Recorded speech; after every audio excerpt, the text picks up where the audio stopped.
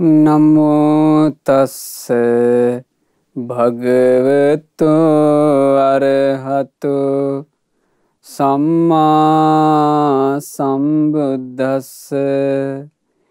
ඒ භාග්‍යවත් වූ අරහත් වූ මහා කරුණික වූ සසර දුකින් නිදහස් වීම පිණිස පවතින මේ ශ්‍රී සද්ධර්මය ලෝකානුකම්පාවෙන් යුතුව දේශනා කොට වදාළ අපගේ බුදුරජාණන් වහන්සේට නමස්කාර වේවා. සාදු සාදු සාදු. මාගේ ගුරු දේවෝත්තම පරම පූජනීය පින්වත් ලොකු ස්වාමින් වහන්සේට ගෞරවාදර වන්දනාව වේවා. සාදු සාදු සාදු.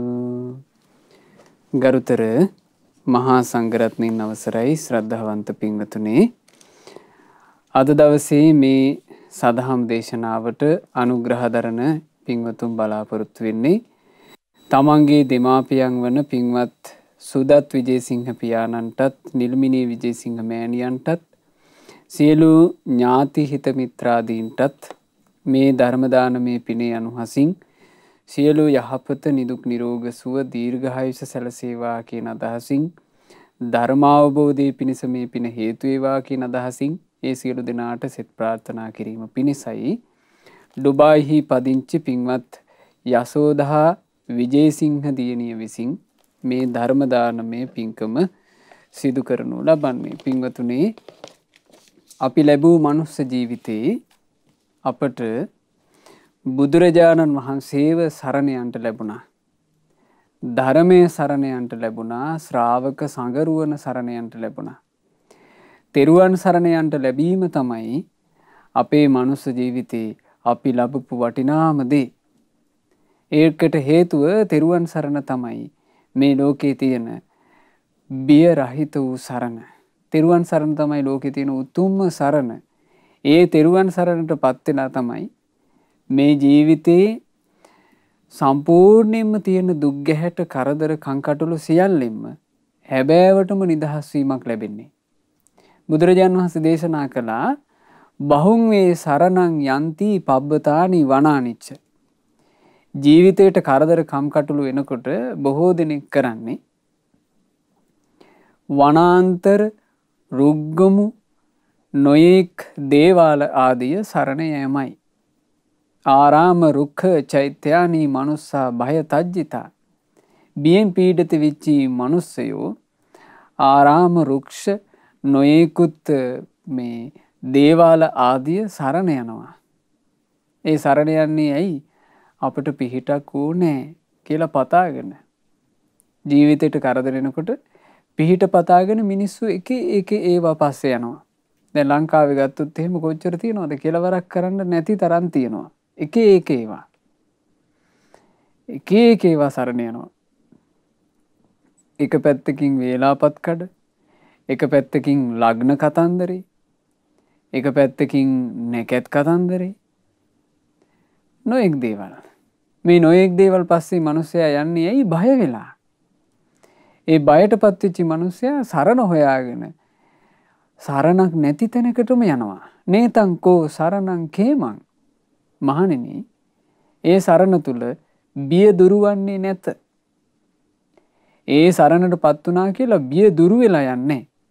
දැන් සමහර ලාවට ඔන්න අපි හිතමු නැකතක් පස්සේ එක්කෝ දේවාලයක් අස්සේ ගිහිල්ලා මොකක් හරි ඔන්න බාරහාර වෙලා පහනක් පත්තු කරන්න පටන් ගත්තා කියලා හිතමු. ගෙදර ආරක්ෂා කරලා පහනක් පත්තු කරන්න පටන් ගන්නවා. ඊට පස්සේ ඒ පහන විසින් තමන්ව රකින්නවා නෙමෙයි වෙන්නේ. තමන් අඛණ්ඩව පහන පත්තු කරන්න ඕන. ඊට පස්සේ ඉන්නේ පහනට බයයි. මේ පහන පත්තු කරන්න අමතක වෙයිවත්ද? පහන පත්තු කරගන්න බැරි වෙයිවත්ද? හරි ජරමරේ පහනක් නිසා. ඊළඟට අපි හිතමු ඇඟට සුරයක් දාගත්තා කියලා. සුරේ දාගන්නවා. සුරේ දාගන්නේ තමන්ට ආරක්ෂාව පිණිසයි කියලා. අන්තිමේ දාගත්ත සුරේ තමන් රකින්න ඕන. කිල්ලට අහු වෙන්න බෑ. රෙදි වැලක් අස්සින් යන්න බෑ. බිය නැති වෙනවා නෙවෙයි, නැති බයක් හට ගන්නවා. ඒ නිසායි භාග්‍යතුන් වහන්සේ වදාළේ ඒක හැබෑවටම බිය රහිත සරණක් නෙමෙයි. නේතං සරණ මුත්තමං. ඒ සරණ උතුම් එහෙකුත් නෙමෙයි. නේතං සරණ මාගම්ම සබ්බ දුක්ඛා පමුච්චති. ඒ සරණටපත් වෙලා මේ ලෝකේ කවුරුත් දුකින් නිදහස් වෙලා නැහැ. ඒ නිසා මේ සරණවල් નિરර්ථකයි. මේ ලෝකේ මිනිස්සු ඒ වගේ දේවල් අස්සේ පටලවි තමයි සසර ගමනේ යන්නේ. ඊළඟට මේ සංසාරගත සත්වයා පින්වතුනි නොයෙකුත් දෘෂ්ටි වලින් නොයෙකුත් ආගම් දර්ශන මතවාද හදාගෙන ඒව ආස්සේ හිර වෙලා තමයි සසර ගමනක යන්නේ. මේ ලෝකේ සාමාන්‍ය පිළිගැනීම තමයි අබුද්ධෝත්පාද කාලවල තියෙන්නේ උපතකින් උපදින ක්‍රමයෙන් උපදින જાතියෙන් මේ මනුස්සයා ශ්‍රේෂ්ඨ වෙනවා. උපදින જાතියට අනුව මේ මනුස්සයා හීන වෙනවා කියන එක. එතකොට ඒ කාලේ තිබුණානේ ඔක විශේෂින් දැන් බුදුරජාණන් වහන්සේ දඹදිව තලයේ පහළ වෙනකොට දඹදිව තිබුණානේ වර්ණ ભેදේ. වර්ණ ભેදේ තදේට තිබුණා. අදට ගත්තත් ඉන්දියාවේ තියෙනවා. නමුත් අද වෙනකොට එච්චර ප්‍රබල නැහැ. නමුත් ඒ ඈත අතීතේ ඕක තදට තිබිලා තියෙනවා. ඒ කිව්වේ මේ සමාජ තලය මූලිකව 4 කොටසකට. ඊට වඩා බෙදලා තිබුණා. නමුත් මූලිකව 4 කොටසකට බෙදලා තිබුණා. බ්‍රාහ්මණයෝ තමයි ශ්‍රේෂ්ඨ. ඊළඟට ඊට පස්සේ ශ්‍රේෂ්ඨ ක්ෂත්‍රීය වංශය. ඊළඟට ක්ෂේත්‍ර වෛශ්‍යයෝ. ඊළඟට හීනම මේ ශුද්‍රයෝය කියලා. ඔය බෙදීම අදටත් තියෙනවා. අදටත් ඉන්දියාව ගත්තොත් එහෙම බ්‍රාහ්මණ අයට තමයි ප්‍රධාන තැන තියෙන්නේ. එතකොට උපතින් මිනිස්සෙක් ශ්‍රේෂ්ඨ වෙනවා. උපතකින් උසස් කෙනෙක් වෙනවා කියන දැක්ම. මේක වැරදි දෘෂ්ටියක්. වැරදි දැක්මක්. බුදුරජාණන් වහන්සේ ඍජුව මේ ලෝකයට ප්‍රකාශ කළා. නජච්ඡා වසලෝ හෝති. උපතින් හීන වෙන්නේ නැහැ. නජච්ඡා හෝති බ්‍රාහ්මනෝ. උපතින් ශ්‍රේෂ්ඨ වෙන්නේ නැහැ. කම්මනා වසලෝ හෝති. ක්‍රියා කරන ආකාරයෙන් කටයුතු කරන විදිහෙන්මයි හීනයා බවට වසලයා බවට පත් වෙන්නේ. කම්මනා හෝති බ්‍රාහ්මනෝ. කටයුතු කරන ආකාරයෙන් තමයි එයා ශ්‍රේෂ්ඨද නැද්ද කියන එක තීරණය වෙන්නේ. ඒ ධර්මය ඒ ධර්මතාවය ඒ සත්‍ය මේ ලෝකෙට දේශනා කළේ බුදුරජාණන් වහන්සේ. එතකොට බුදුරජාණන් වහන්සේ මේ ශ්‍රී සද්ධර්මයේ දේශනා කරද්දී සත්‍ය දේශනා කරද්දී පින් තිබ්බය මේ ධර්මයේ පැත්තට කරකැවිලා ආවා. තම තමන්ගේ තිබුණ දෘෂ්ටි මතවාද ඔක්කොම අතහැරලා කරකැවිලා ආවා. ඒ කාලේ බ්‍රාහ්මණයන්ගේ තිබුණ මූලිකම දෙයක්නේ අග්නි පූජා. ගිනි පුදනවා. ගිනි පිදීම කියලා කියන්නේ අතරම අග්නි දේවතා කියලානේ කිව්වේ. ගිනි දෙවියෝ. ගිනි දෙවියෝ කියලා මේ ගින්න පුද වාසය කිරීම කියන එක බ්‍රාහ්මණ වරුන්ගේ මූලික ක්‍රමයක්. ඒ අය කරන්නේ මේ ගිනි ගොඩක් පත්තු කරගන්නවා. ඒකට කියන්නේ මේ පූජනීය ගින්න කියලා. ඒ ගින්න පත්තු කරගෙන මුළු ජීවිත කාලයක් ඒ ගින්න නිවන්නේ නැතුව එක දිගට අඛණ්ඩව පවත්වනවා. ඒ ගින්න නිවෙන්න දෙන්නේ නැහැ. ඒ තමයි අග්නි දේවතාවාට කරන පූජා කියලා. ඉතින් ගින්න නිවෙන්න දෙන්නේ ඒගොල්ලෝගේ විශ්වාසයක් තියෙනවා මේ ගින්න නොනිවි ජීවිත කාලේ දල්වාගෙන හිටියොත් ඒකෙන් සුගතිය යන්න පුළුවන් කියලා. ඉතින් සුගතිය යන්න ආසාවෙන් තමයි ඒ කටයුත්ත කරන්නේ. ඕක ඈත අතීතේ ඉඳලා කරලා තියෙනවා. අපේ මහ බෝසතාන් වහන්සේත් බෝසත් අවදී සසර එනකොට ඔයගේ බ්‍රාහ්මණ වංශික උපන්නා.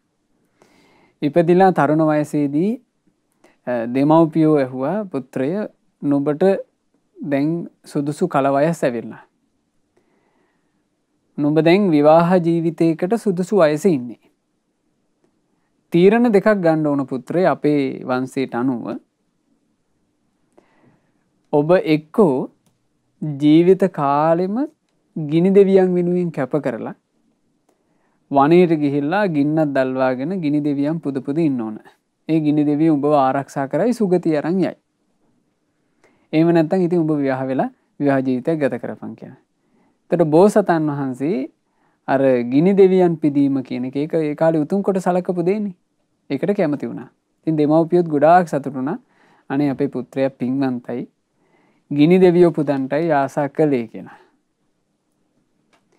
ඉතින් මහබෝසතාණන් වහන්සේ වනයේට ගිහින්ලා ගිනි දෙවියන් උදෙසාය කියලා ඔන්න ගින්නක් දැල්ව ගත්තා. දැන් මේ තමයි පූජනීය ගින්න.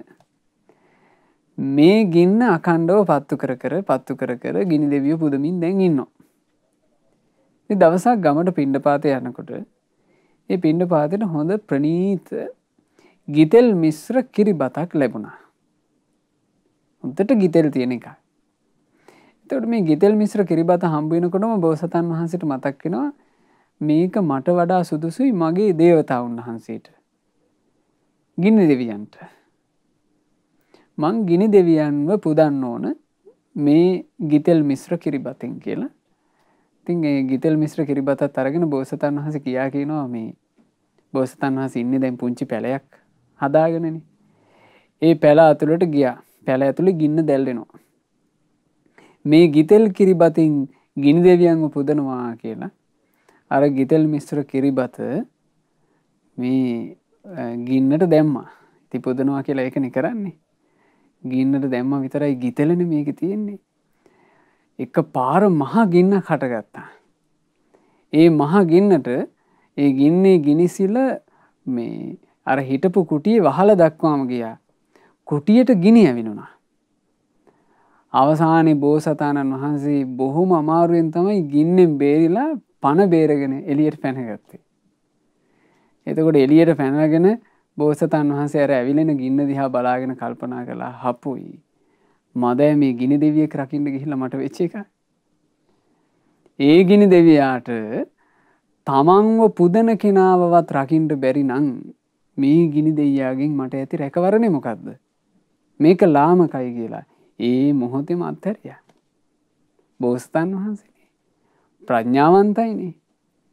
ප්‍රඥාව තියෙන නිසා ඊටාම මේ නුවණින් කල්පනා කරලා ලාමක දේ බැහැර කරන්න ඊටාම පුදුම හැකියාවක් බෝසතාණන් වහන්සේට තිබුණා. ඉතින් ඒ බෝසතාණන් වහන්සේනි පින්වතුනේ සංසාර ගමනේ පාරමී බල පූර්ණේ කරලා ශ්‍රී සම්බුද්ධ රාජ්‍යයට පත් උනේ ගෞතම නමින් සම්මා සම්බුදු බවට පත් උනේ. ඉතින් බුදුරජාණන් වහන්සේ මේ වගේ ලාමක දෘෂ්ටි වලින් යුක්ත අයට පින තියෙන අයට ඒකෙන් ගොඩ එන්න උපකාර කළා. දැන් මේ වගේ බමුණෙක් හිටියා ඒ කාලේ අග්ගික භාරද්වාජ. අග්ගික භාරද්වාජ කියලා කිව්වේම ඇත්තටම ගිනි පුද ඉන්න නිසා. ඔය අග්ගික භාරද්වාජ මේ භාග්‍යතුන් වහන්සේ කාලේ රජගහ නුවර හිටියේ. අග්ගික භාරද්වාජත් රජගහ නුවර. බුදුරජාණන් වහන්සේ එදා මහා කරුණා සමවතින් ලොව බලනකොට දැක්කා අග්ගික භාරද්වාජට පින් තියෙනවා. ධර්ම අවබෝධ කරන්න පින තියෙනවා. බුදුරජාණන් වහන්සේ වැඩම කළා අග්ගික භාරද්වාජගේ නිවසට පිණ්ඩපාතේ. එදා අග්ගික භාරද්වාජ බ්‍රාහ්මණයා ගිනි පූජාව උදෙසා ගිනි යාගය උදෙසා ගිනි දෙවියන් පුදන්ට ගිතෙල් මිශ්‍ර කිරිබතක් සූදානම් කළා. දැන් එයත් එහෙම එකක් සූදානම් කරගෙන ඒ සූදානම් කරලා මේ ගිනි යාගයේ ගිනි පූජාව කරන්නට ලැහැත් වෙලා ඉන්නකොට භාග්‍යතුන් වහන්සේ මේන්න අග්ගික භාරද්වාජගේ නිවසට එනවා. දැන් මේ ආන්‍යාගමිකයෙක් ශ්‍රමණයන්ට කැමති නැති කෙනෙක්. ඒ බඳු කෙනෙක්ගේ නිවසට බුදුරජාණන් වහන්සේ වඩිනවා. දැක්ක අග්ගික භාරද්වාජ. දැකලා පිණ්ඩපාතේ වැඩම කොට සිටින බුදුරජාණන් වහන්සේට මෙහෙම කිව්වා.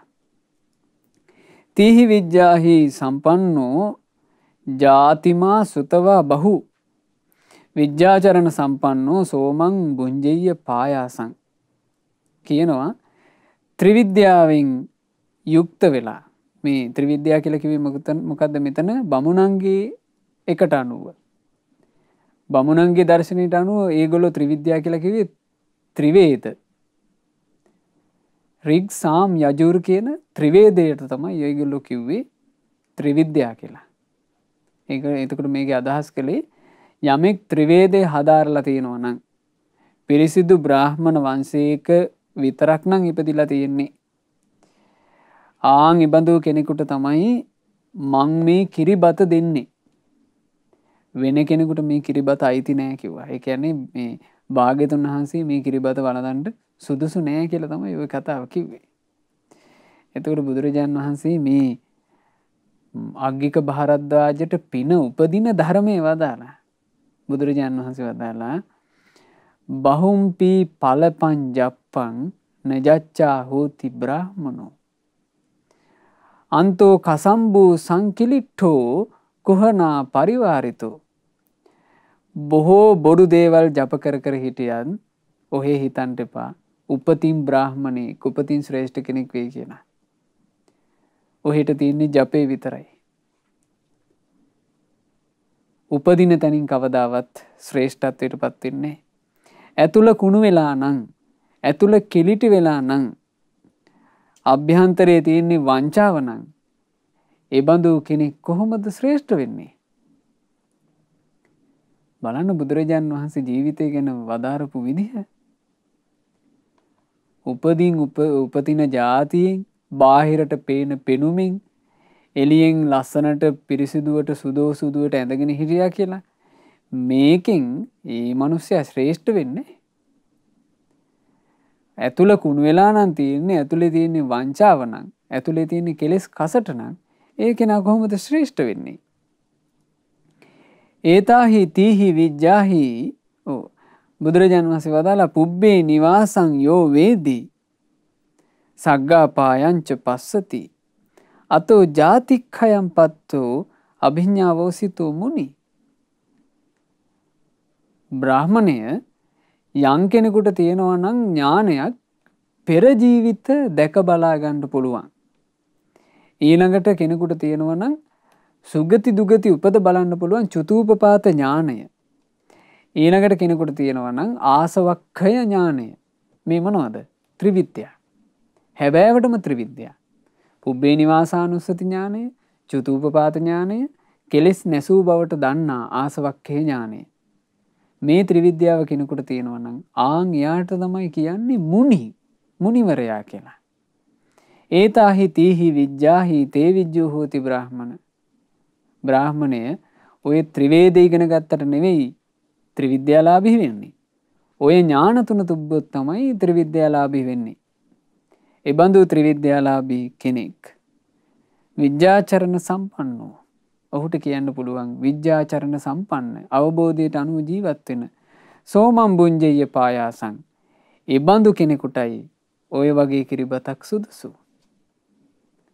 බුදුරජාන් වහන්සේ අර බ්‍රාහ්මණයාගේ මේ මතේ කැඩුවා.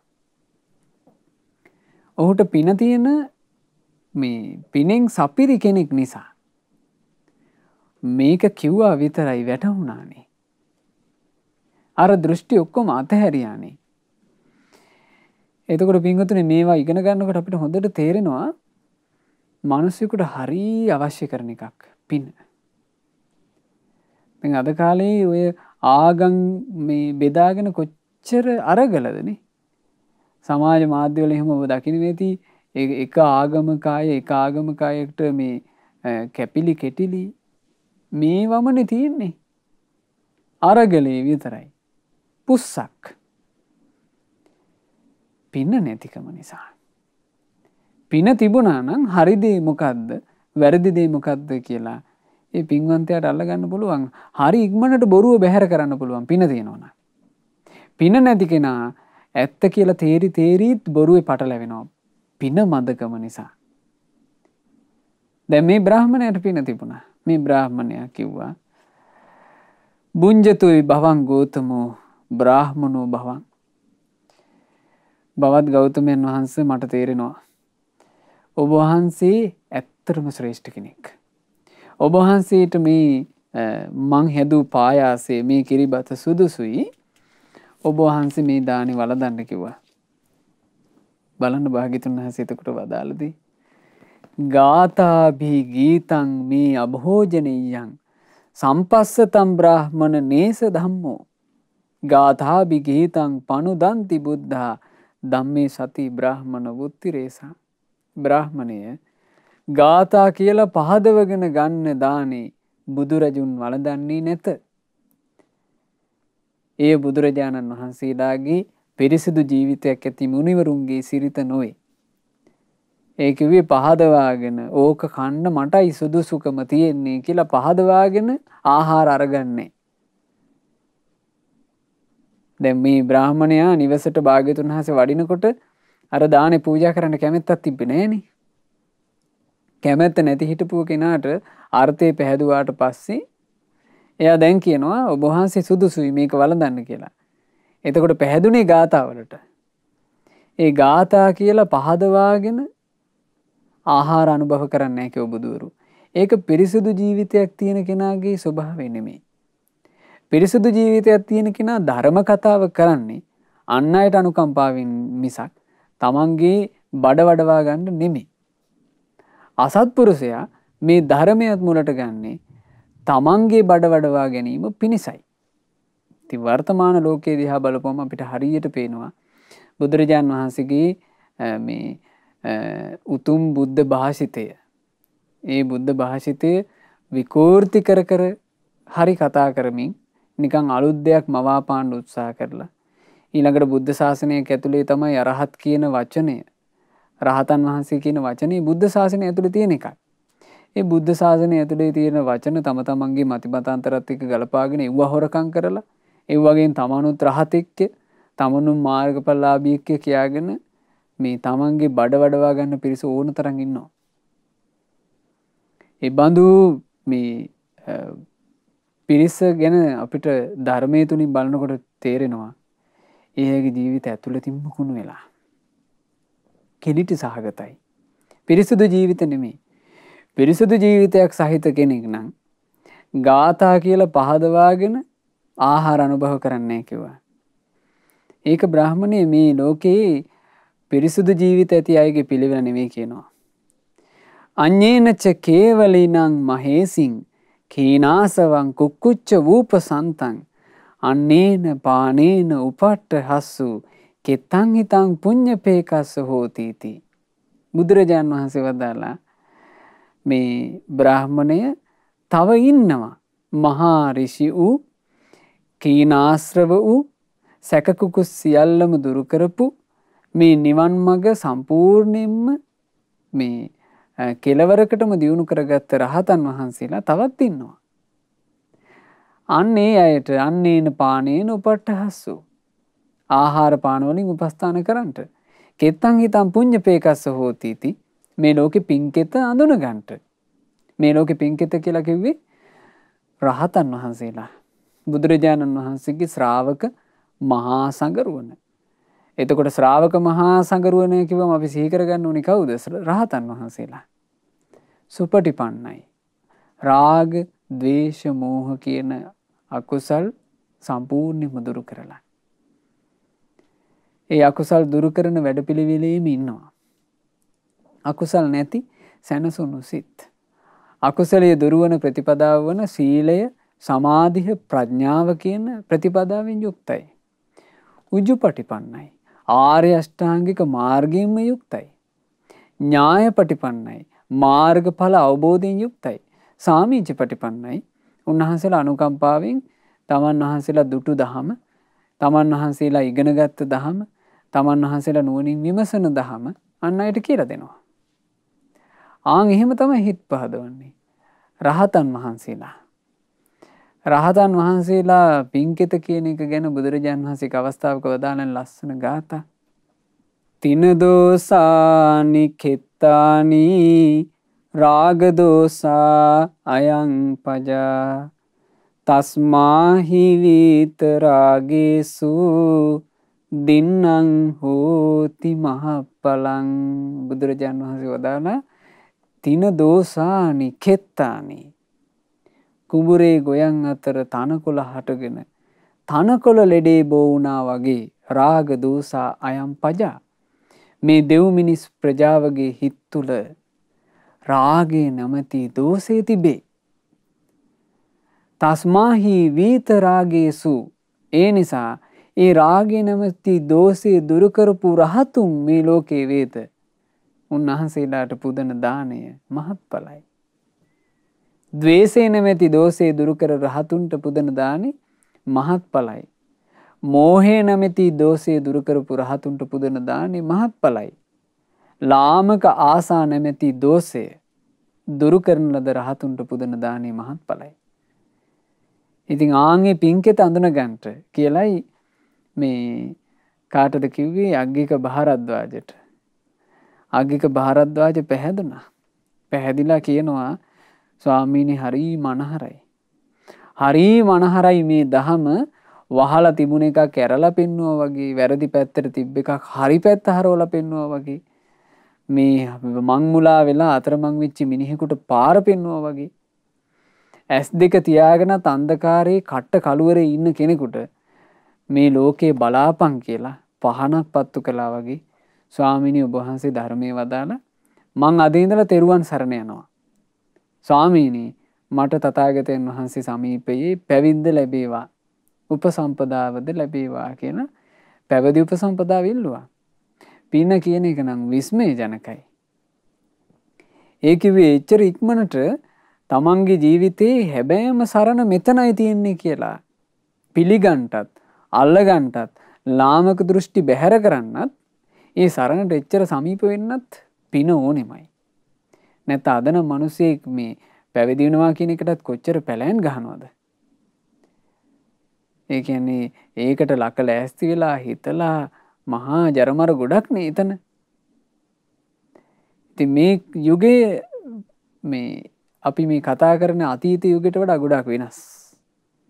ඒ අතීත යුගයේ මේ හිටියා ධර්මයට පැහැදුනාද මෙන්න පැවිද්දට අවසර පැතුවා පැවිදි වුණා. ඉතින් අග්ගික භාරද්වාජයන් වහන්සේ නොබෝ කලකින්ම සියලුම කෙලෙස් නැසලා රහතන් වහන්සේ නම බවට පත් වුණා. ඒ අග්ගික භාරද්වාජයන් වහන්සේ තුතුම් රහතන් වහන්සේලා අතර කෙනෙක් බවට පත් වුණා කියන වචනෙන් තමයි ওই සූත්‍ර දේශනාව ඉවර වෙන්නේ. සංයුත්ත නිකායේ තියෙන අග්ගික සූත්‍රය අපි ඔය ඉගෙන ගත්තේ. ඉතින් එතන පින්වතුනි අග්ගික භාරද්වාජ කියලා මහරහතන් වහන්සේ නමක් ගැන කියවෙනවා. මේ සිදුවීම මා ඔබට ඒ විදිහට කියා දුන්නේ අද අපිට මේ තේරී ගාථා පොත් වහන්සේට අනුව ඉගෙන ගන්න තියෙන්නේ අග්ගික භාරද්වාජ මහරහතන් වහන්සේගේ ගාථා. මේ තික නිපාතයේ පොත් වහන්සේගේ තික නිපාතයේ එන පළවෙනි රහතන් වහන්සේ. මේ අපි ඔය කතා කරපු අග්ගික භාරද්වාජ මහරහතන් වහන්සේමද කියලා කියන්න අමාරුයි. මොකද අටුවා පොත් වහන්සේ තුල ඒකට පැහැදිලි මේ අට කතාවක් නැති නිසා නිදාන කතාවක් නෑ මේ ඒ රහතන් වහන්සේමද කියලා. නමුත් මේ ගාථා වදාළෙත් අග්ගික භාරද්වාජ කියලා මහරහතන් වහන්සේ නමක්මයි. ඒ මහරහතන් වහන්සේ වදාළ ගාථාවලිනුත් කියවෙන්නේ උන්වහන්සේත් පැවිද්දට පෙර ගිනි පූජා කර කර හිටපු කෙනෙක් බව. බලන්න උන්වහන්සේ වදාළ ගාථා. මං වනාන්තරේ හිටියේ ගිනි පූජා කර කර. සසරින් මිදෙන්න හිතාගෙන ගියේ වැරදි පාරක. නිවනට යන මඟ දන්නේ නැති නිසා අත්ත කිලමතානු යෝගයට වැටිලා මං හරියට තපස් කළා. පළක් වුණේ නෑ. එහෙත් මේ සම්බුද්ධ ශාසනයේ ආශ්චර්ය බලන්න මං දැන් මේ අමා නිවන් සුව ලබා ගත්තේ සුවසේමයි. ත්‍රිවිද්‍යාව ලබා ගත්තා. බුද්ධ ශාසනය සම්පූර්ණ කරගත්තා. ඉස්සර මං සම්මුතියෙන් විතරයි බ්‍රාහ්මණෙක් වෙලා හිටියේ. එහෙත් මං දැන් ඇත්තටම බ්‍රාහ්මණෙක්. ත්‍රිවිද්‍යාවම තියෙන කෙනෙක්. කෙලෙස් සෝදලා දාපු කෙනෙක්. යහපතට පැමිණි කෙනෙක්. ධර්මයේ කෙලවරට පැමිණි කෙනෙක්. ආන්න එහෙම තමයි මේ රහතන් වහන්සේ තේර ගාථාවල වදාළේ තමන් වහන්සේගේ ජීවිතය ගැන. ඒ කිව්වේ උන්වහන්සේ මේ ධර්මයේ නිසාම තමන්ගේ ජීවිතේ සම්පූර්ණයෙන්ම සැපයට පත් කරගත්තා කියන කතාව. ඉතින් ධර්මයේ නිසා ජීවිතයක් සම්පූර්ණයෙන් සැපවත් කරගන්නට ලැබෙන්නේ එයා සංසාර ගමනේ කරලා තියෙන විශාල පින්බලයකට. ඒ පින්බලයක් එක්ක තමයි ප්‍රඥාවන්තයන්ගේ දහමකට හිත පහදින්නේ. ප්‍රඥාව උපදවන දහමකට හිත පහදින්න පෙර සසරේ කරන ලද විශාල පිනක් තියෙන්න ඕන. එහෙම පින තියෙන කෙනාට පින්වතුනි අර ප්‍රඥාවන්තයන්ගේ දහම ඇහෙනකොට ඒ දහමට ආස හිතෙනවා.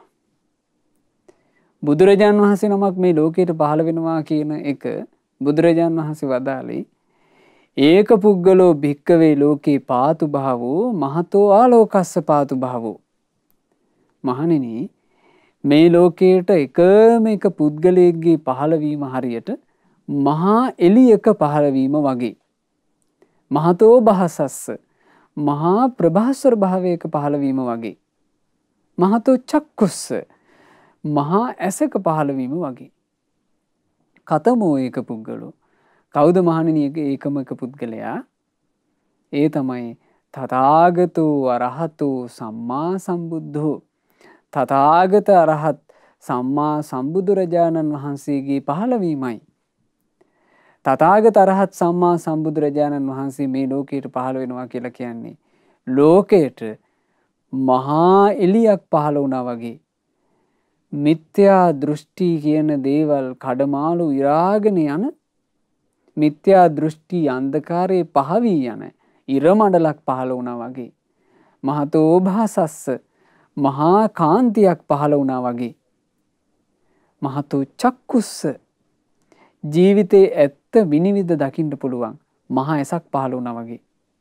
බුදුරජාන් වහන්සේ දේශනා කළා මහණෙනි තථාගත බුදුරජාන් වහන්සේ පහළවීමත් එක්ක චන්නං අනුත්තරියානං පාතු භවෝ ජීවිතයක් ශ්‍රේෂ්ඨත්වයේ කරා අරගෙන යන අනුත්තරීය අංග 6 පහළ වේ. ජීවිතේ ශ්‍රේෂ්ඨත්වයේ කරා අරගෙන යන අනුත්තරීය අංග. අනුත්තරීය කියලා කිව්වේ ශ්‍රේෂ්ඨත්වයේ කරා අරන් යන උතුම් අංග. ජීවිතය ශ්‍රේෂ්ඨත්වයට කරා අරගෙන යන මේ උතුම් අංග බුදු කෙනෙක් පහළ නොවි පහළ නොවන්නේය. එහෙනම් ඒකේ ලොකු අදහසක් තියෙනවා. මොකද්ද? බුදු කෙනෙක් ලොව පහළවන්නේ නැත්තම් ශ්‍රේෂ්ඨ ජීවිත නැත්තේය. ජීවිතය සම්පූර්ණයෙන් ශ්‍රේෂ්ඨ වෙන්නේ සම්බුදුරජාණන් වහන්සේ නමකගේ පහළවීමෙන්. කුමකින්ද ඒ ජීවිතේ ශ්‍රේෂ්ඨත්වයට පත් වෙන්නේ? අනුත්තරීය අංග 6න්. මොනවාද අනුත්තරීය අංග? බුදුරජාණන් වහන්සේ වදාලා පළවෙනි එක දස්සනානුත්තරීය. දැකීම තුළින් ජීවිතේ ශ්‍රේෂ්ඨත්වයට පත් වෙන අංගය. කුමක් දැක්කොත්ද ජීවිතේ ශ්‍රේෂ්ඨත්වයට පත්වන්නේ? බුදුරජාණන් වහන්සේ දැකීමෙන් ජීවිතේ ශ්‍රේෂ්ඨත්වයට පත්වේ. බුදුරජුන්ගේ ශ්‍රාවක සංගරුවන දැකීමෙන් ජීවිතේ ශ්‍රේෂ්ඨත්වයට පත්වේ. මේ වනාහි දස්සනානුත්තරියයි. බුද්ධ ශාසනය මුණ ගැහිමේ වාසනාව මහිමය. හිත හිතා සතුටු වෙන්න ඕන. අනේ මෙහෙම ශාසනයක නේද මං සරණ පිහිටුවා ගත්තේ. මෙහෙම ශාසනයකට නේද මම මගේ ජීවිතේ මේ දුර්ලභ මනුස්ස ජීවිතේ ලබාපු මොහොතේ මෙහෙම ශාසනයකට නේද මං එකතුනේ කියලා. ජීවිතේ දකින්න දෙයින් ශ්‍රේෂ්ඨත්වයට පත් වෙනවා නම් ඒ බුද්ධ ශාසනයක් ඇතුලේ. ශ්‍රවණානුත්තරිය අහන දේ තුලින් ශ්‍රේෂ්ඨත්වයට පත් වෙනවා නම් එයද ඇත්තේ බුදු සසුන තුලයි. අහන දෙයින් ශ්‍රේෂ්ඨත්වයට පත් වෙන්නේ බුදුරජුන්ගේ ස්වාක්කාත වූ ශ්‍රී සද්ධර්මය ඇසීමෙනි. ඒ තමයි ශ්‍රවණානුත්තරිය. ඊළඟට බුදුරජාන් වහන්සේ දේශනා කළා සික්ඛානුත්තරිය. ඉගෙන ගන්නා දේ තුලින් ශ්‍රේෂ්ඨත්වයේ කරා යන්නේ. බුදුරජාන් වහන්සේගේ ධර්මය ඉගෙන ගත්තොත් බාහිර ලෝකේ වෙන එක එක දේවල් ඉගෙන ගත්තා කියලා මිනිස්සු ශ්‍රේෂ්ඨ වෙන්නේ නැහැ. බාහිර ලෝකේ වෙන විෂය පතයන් ඉගෙනගෙන ඒවා තුළ උපාධි පිට උපාධි ගැහුවත් ඒ ජීවිතේ ශ්‍රේෂ්ඨ වෙන්නේ. බාහිර ඉගෙන ගන්න ශිල්පයක් නිසා කවදාවත් අඩු ගානේ මේ මනුස්ස ජීවිතෙන් පස්සේ දෙව්ලොවක ගිහිල්ලවත් උපදින්න බෑ. එතනින් එහා දියුණුවක් ගැන කවර කතාවද? හැබැයි බුදුරජාන් වහන්සේගේ ධර්මය ඉගෙන ගත්තොත් ඒ ධර්මය ඉගෙන ගන්න ජීවිතේ ශ්‍රේෂ්ඨ වන්නේය. ඒ වනාහි සික්ඛානුත්තරියයි. ඊළඟට බුදුරජාන් වහන්සේ දේශනා කළා ලාභානුත්තරිය. ලැබෙන දේවල් අතර ලබන ලාභයන් අතර ජීවිතේ ශ්‍රේෂ්ඨත්වයට පත් කරවන ලාභය ශ්‍රද්ධා ලාභයයි. ශ්‍රද්ධාලාභය කියලා කිව්වේ කෙනෙකුගේ හිතේ හටගන්නවා නම් මෙන්න මෙහිම ප්‍රසාදයක්. සද්ධාති තථාගතස්ස බෝධින්. තථාගත බුදුරජාණන් වහන්සේගේ අවබෝධය සත්‍යයි කියලා. ආන්ගේ ශ්‍රද්ධාව ඔහුගේ ජීවිතේ ශ්‍රේෂ්ඨත්වයට පත් කරන්නේය. ඒ ශ්‍රද්ධාවෙන් තමයි ජීවිතයක් ශ්‍රේෂ්ඨත්වයට පත් වෙන්නේ පින්වතුනි. ඒ ලාභයන් අතර ශ්‍රද්ධාලාභය කෙනෙකුට ලැබුණා කියලා කියන්නේ ජීවිතේ ශ්‍රේෂ්ඨත්වයට පත් වුණා. ඊළඟට බුදුරජාන් වහන්සේ වදාලා පාරිචර්යානුත්තරීය. සේවා කටයුතු උපස්ථාන කරන දේවල් අතරේ ජීවිතේ ශ්‍රේෂ්ඨත්වයට පත් වෙනවා. බුදුරජුන්ට සේවා කටයුතු කරොත්, ශ්‍රාවක සංඝරුවනට සේවා කටයුතු කරොත්. අපි ගත්තොත් මේ කාලේ නම් බුදුරජාන් වහන්සේගේ බුදුගුණ සිහි කර කර අපි සෑ රජුන්ට සේවා කටයුතු කරනවා. බෝ රජුන්ට සේවා කටයුතු කරනවා. එතකොටත් ජීවිතේට ශ්‍රේෂ්ඨත්වය කරා ආරයි යන පින් රැස් වෙනවා. ඊළඟට බුදුරජාන් වහන්සේ වදාලා අවසාන අනුත්තරීය ධර්මය. අනුස්සතා අනුත්තරීය. සිහි කරන දේවල් අතර ශ්‍රේෂ්ඨත්වයට පත් වෙන දේ. මොකද්ද සිහි කරන දේවල් අතර ශ්‍රේෂ්ඨත්වයට පත් වෙන්නේ? බුදු ගුණ සිහි කරයිද? දහම් ගුණ සිහි කරයිද? සංඝ ගුණ සිහි කරයිද? බුදුරජාණන් වදාළ ධර්මයට අනුව ජීවිතේ මෙනෙහි කරයිද? එය ශ්‍රේෂ්ඨත්වයට පත්වන සිහි කිරීමයි. මේ ඔක්කොම බුද්ධ ශාසනයක් ඇතුලේ.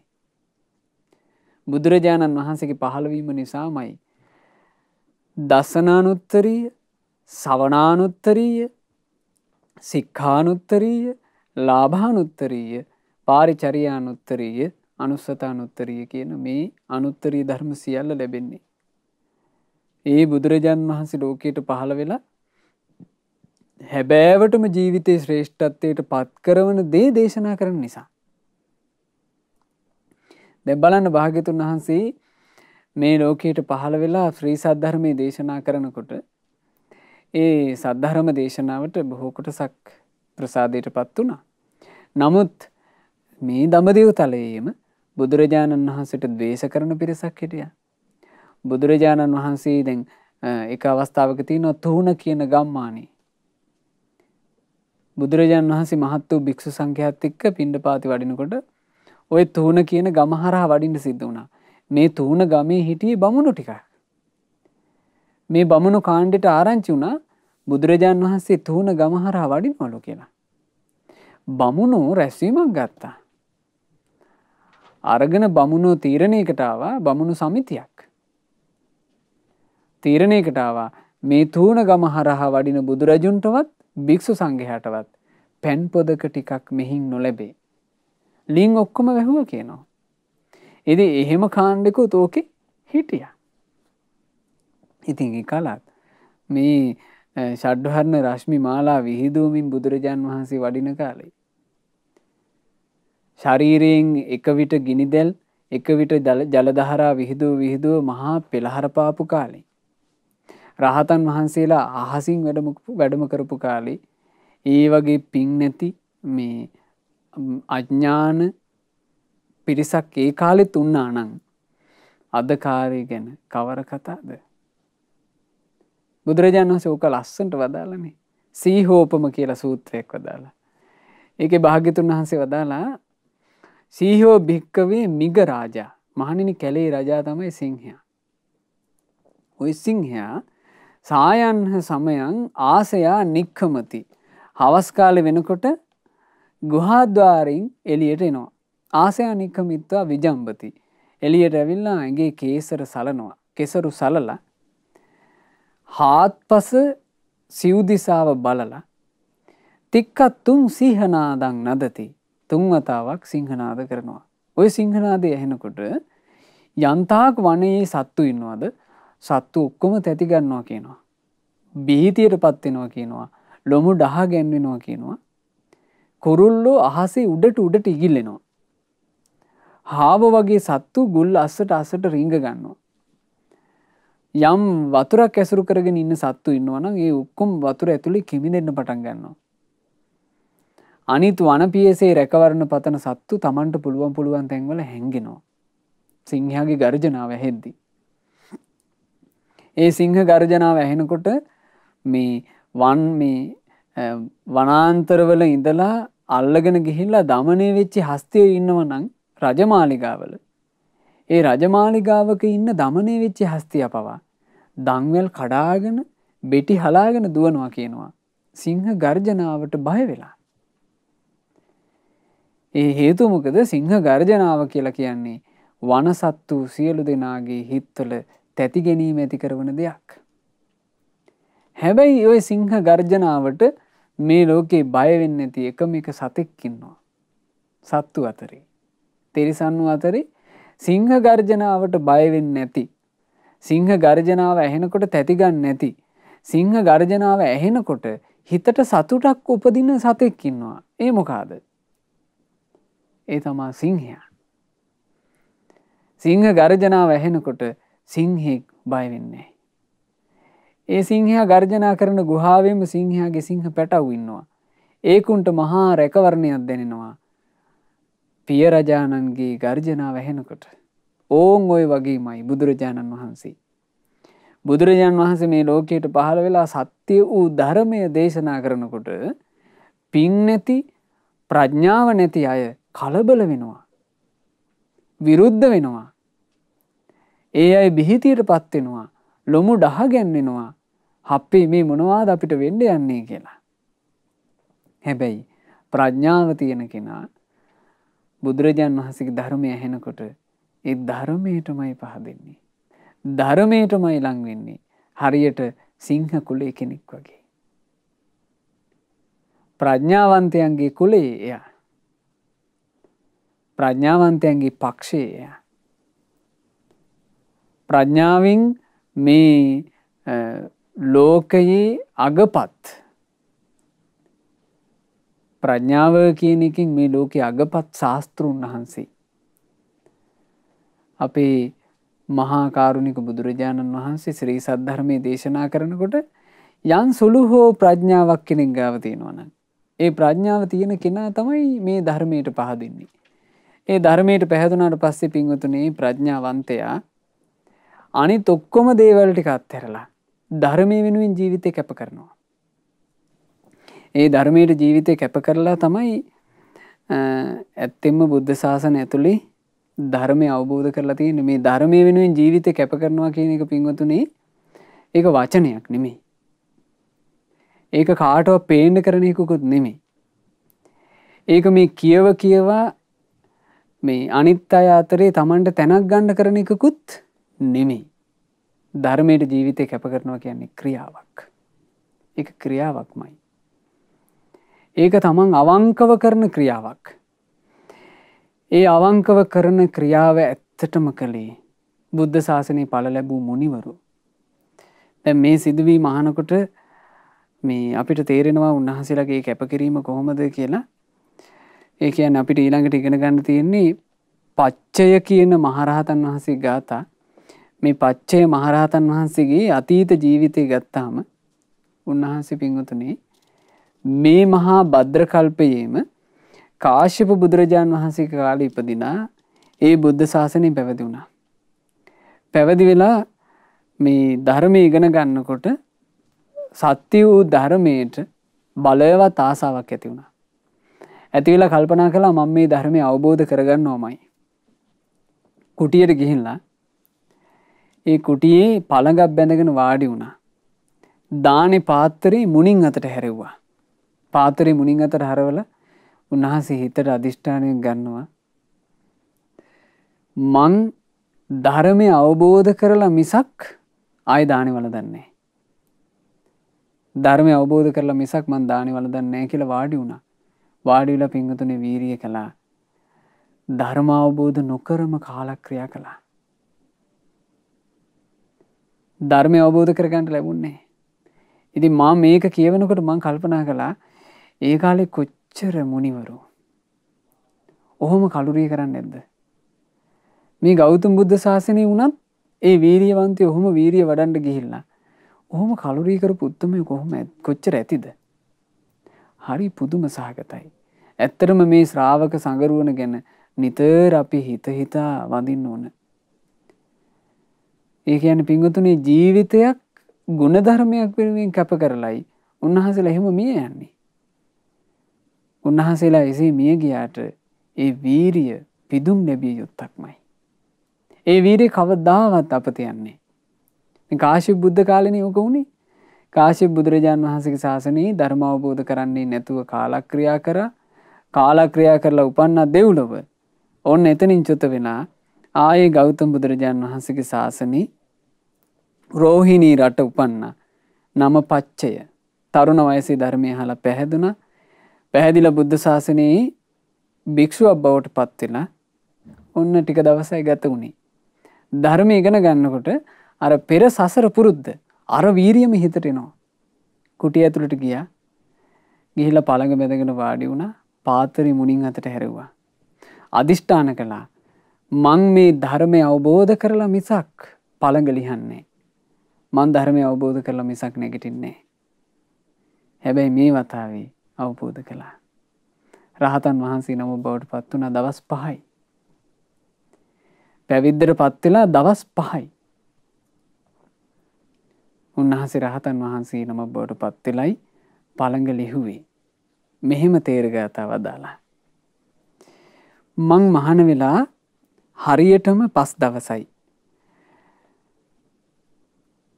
තවම අරහත්ත්වයේ පිණිස නිවන් මගේ පුහුණු වෙන කෙනෙක්. ඉතින් මං කුටියට ගිහින් මෙන්න මේ විදිහට අදිෂ්ඨානයක් ඇති කරගත්තා. මේ තණ්හාව නැමැති හුල උදුරා දමන තාක් මං දානි ගන්නෙ නෑ. කිසිම දෙයක් පානය කරන්නෙත් නෑ. කුටියෙන් පිටතට යන්නෙත් නෑ. මේ ශරීරය එක ඇලයකට හරි හාන්සි කරවලා නිදාගන්නෙත් නෑ. බලන්න මං කොයි තරම් දැඩි වීරියක්ද ගත්තේ කියලා. ඉතින් මාත්‍ර විද්‍යාව ලබා ගත්තා. බුදු සසුන සම්පූර්ණ කරගත්තා. ඒ තමයි පච්චය මහරහතන් වහන්සේගේ ගාථා. ඉතින් මේ රහතන් වහන්සේලා තමන් වහන්සේලාගේ පින් බලයෙන් තමන් වහන්සේලාගේ ප්‍රඥාවෙන් ජීවිතේ සම්පූර්ණයෙන්ම සුවපත් කරගත්තා. සැපයටපත් වුණා. ඒ පරිපූර්ණ සැපයටපත් වූ අපගේ අග්ගික භාරද්වාජ මහරහතන් වහන්සේ පච්චේ මහරහතන් වහන්සේ යන අරහත් මුනිවරුන්ට අපගේ নমස්කාරය වේවා. සාදු සාදු සාදු. ඒ රහතන් වහන්සේලා නිවී සැනසුණ අමා නිවනේ අපටත් සැනසෙන්න ලැබේවා. සාදු සාදු සාදු.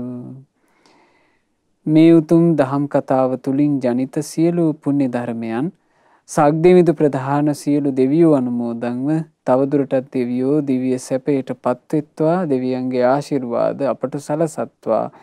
දෙවියෝද සංසාර දුකින් අත මිදෙත්වා. සාදු සාදු සාදු. මාගේ ගුරු දේවෝත්තම පරම පූජනීය පින්වත් ලොකු ස්වාමීන් වහන්සේට මේ සියලු පින් අනුමෝදන්ව නිදුක් නිරෝග සුව දීර්ඝායුෂ සැලසෙත්වා. ගෞතම සාසනය තුලම චතුරාර්ය සත්‍ය ධර්මය පරිපූර්ණ වශයෙන්ම අවබෝධ වෙත්වා. සාදු සාදු සාදු.